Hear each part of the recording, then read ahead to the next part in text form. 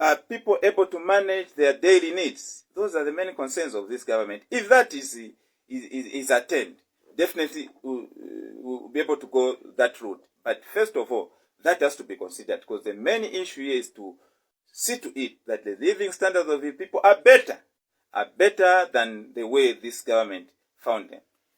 Mr. Simukoko, we have this IMF due.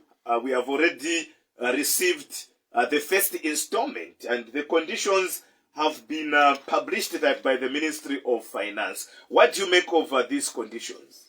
Okay, thank you very much. But I think before I come to the questions, there are issues that he had to raise. According to him, when we were asking about the issue of Boma and Lusambo, he said the PF we are celebrating. As a result, we are respecting and following the rule of law.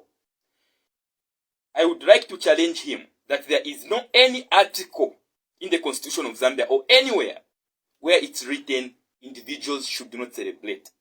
The people have been celebrating in the time of Hitler. They were celebrating. When you look at the Franco-Prussian War, they were celebrating.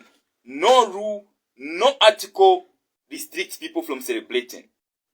He also mentioned that the PF or these guys are moving from one court to the other, and that simply means there is independency among the three organs of government.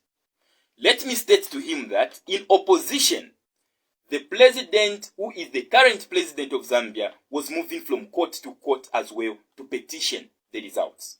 So meaning the courts have been independent, and the courts, they will continue to be independent. However, the UPND is trying to destabilize the democracy and the rule of law in the country.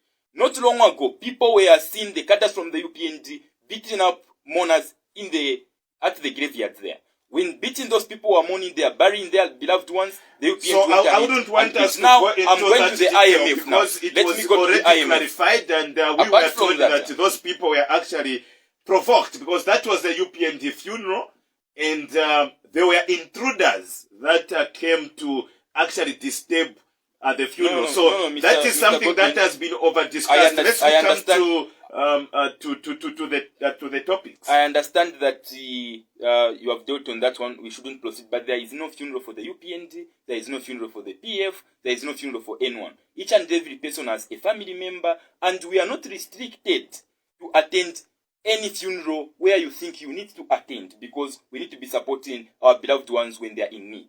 Apart from that, now let's go to the IMF. My colleague seemed to be missing points here. He said the government will look into uplifting the lives of the people of Zambia. Then they are going to begin increasing the electricity tariffs as well as the petrol and fuel, and also that's when they are going to be removing. You and I, including the people who are listening to us out there, they understand that already electricity tariffs have been increased. The people out there understand that the subsidies have already been removed from petrol, diesel, and fuel. Apart from that, he said the decisions which this government makes always uplifts the livelihoods of the people of Zambia. However, it is again under this government, Mr. Godwin, where in 2014, the president had to condemn the demolition of the illegal houses which the Patriotic Front were demolishing. He gets into power. He wanted consensus during that point. Now he is in power today. There is no any consensus because the people in Kasombe are languishing in poverty today. Then he mentions that when the lives of the people of Zambia are uplifted, what will be the measure? What will be the measure? Because one, we are seeing things the president promised the people of Zambia being diverted. The bag of meal which he promised that the people of Zambia are going to begin buying at a price of 50 kwacha. Today, they are buying at an expensive price Zambia has ever bought before. The Patriotic Front previously left a bag of meal costing a maximum of 120. Today, a bag of meal is 150 minimum. The IMF conditionalities, when I came here last time, I told you that there are certain conditionalities which cannot be published which cannot be published because they need to control the behavior of the people of Zambia. Among the conditionalities, again, let me challenge him. On that list, there is nowhere where it's written electricity tariffs will be increased. There is nowhere where it's written taxes will be removed. I challenge him, he can open the document to read if what he was saying that for them to increase the electricity tariffs, there is need to uplift the people of Zambia's lives first. There is no that conditionalities, and that was again the case with the MMT government in 1992. Privatization wasn't among the published conditionalities. All in all, the issues that are being discussed here, you can see that when you are publishing things to the public, when you are given the conditionalities, there is some form of selectiveness where what you think is not going to make the people happy, they remove that. He said for them to increase the electricity tariffs, for them to make sure that they remove subsidies, of which from what I know, subsidies have already been removed from the energy sector. The energy sector, as we are speaking, has not been subsidized. Meaning, he is now telling us that there is more harshness which we are going to experience going forward because there is going to be removal of subsidy, of which they have done that already. However, a removal of subsidy can also mean an increment. An increment, because you need to know that a subsidy is a cost on the government, not on the citizens. Meaning, if something is costing 5 kwacha, you are going to say, the people of Zambia can't afford this. We are going to be paying a 2 kwacha on their behalf. However, I said, for them to remove the subsidies, they are going to first look at the standard living of the people of Zambia. They need to uplift their livelihoods. Then, that simply means that there will be further increments. And those increments will mean that there will be no subsidy. Zero subsidy, when you increase, it simply means you have gone to the negative side of the subsidy. Meaning, the negative side is impacting society with increased prices of commodities, and increased prices of basic needs, including basic necessities. So, in short, my colleague might not know that the government has already removed subsidies from the energy sector. Apart from that, this government which we have put in power, immediately it got into office, it had to scrap off the mineral loyalty tax, leaving Zambia to lose about 3.2 billion US dollars. That simply means the same borrowings that they can be saying, no, we need to borrow this, we borrow that, the government couldn't have borrowed much. Instead, it could have used all those monies from the mining sector to subsidize the energy sector. However, from different statements, the IMF issue which is there again, I'm not surprised that if going forward, we are going to be seeing pastors marrying of men to men, women to women, I won't be surprised. Because I told you that there are certain things that you are going to see that they are not included among the conditionalities in order to balance. Have you read the document? I have. Read the document where it's written electricity to be increased.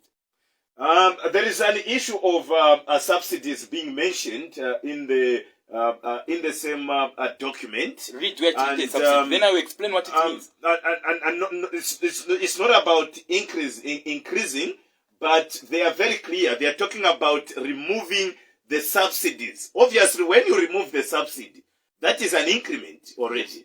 So, if you say there is nowhere where it is written electricity to be will be increased, don't you think you are just politicking? Because no. The document is very clear. It has electricity tariffs will be removed. It has nothing to do with me misleading the public. Electricity units. But it has everything to do with electricity tariffs. With politicking. No. Electricity tariffs have been increased already since this government got into power, or this UPND got into power. They increased the electricity. Also, when you look at the meter separation, cable connection, they increased all that. The point I'm driving at is, if there is a removal of subsidies, it simply means we don't expect the electricity units to be cheaper. Instead, they will increase. if indeed they are going to say they are going to remove a subsidy from petrol, fuel and diesel, it simply means petrol will not be expected to be cheaper than they found it. That is the point. So that point, that is why I've said, read where it's written subsidy. That is why I was saying, he said for them to remove subsidies from petrol, fuel and diesel, they will look at first the livelihood of the people of Zambia. Now I am telling him that the livelihood of the people of Zambia out there, the people of Zambia out there are languishing in poverty. Hence, him saying that after uplifting, that's when they are going to remove the subsidies. I'm then telling you, including him and the people out there, that in the energy sector, subsidies have already been removed. If there is any further removal, it simply means there will be an increment in the prices than they are now. Mr. Warrior, before we get to the other matter, you did mention that this government is caring and that even the removal of subsidies will be done it will be done gradually until the people's lives are actually raised. Man, my question to you is, what is the measure, or what are you going to use as the measure to say, okay, at this juncture we can remove the subsidies? The cost of living, people are already complaining. Things have been going up from the time UPND formed the government, and people are struggling even to buy a bag of mini meal, which is costing 150 kwacha. Anyway, my colleague here, like you stated, I think he's doing a lot of politics, but I don't think we are going to engage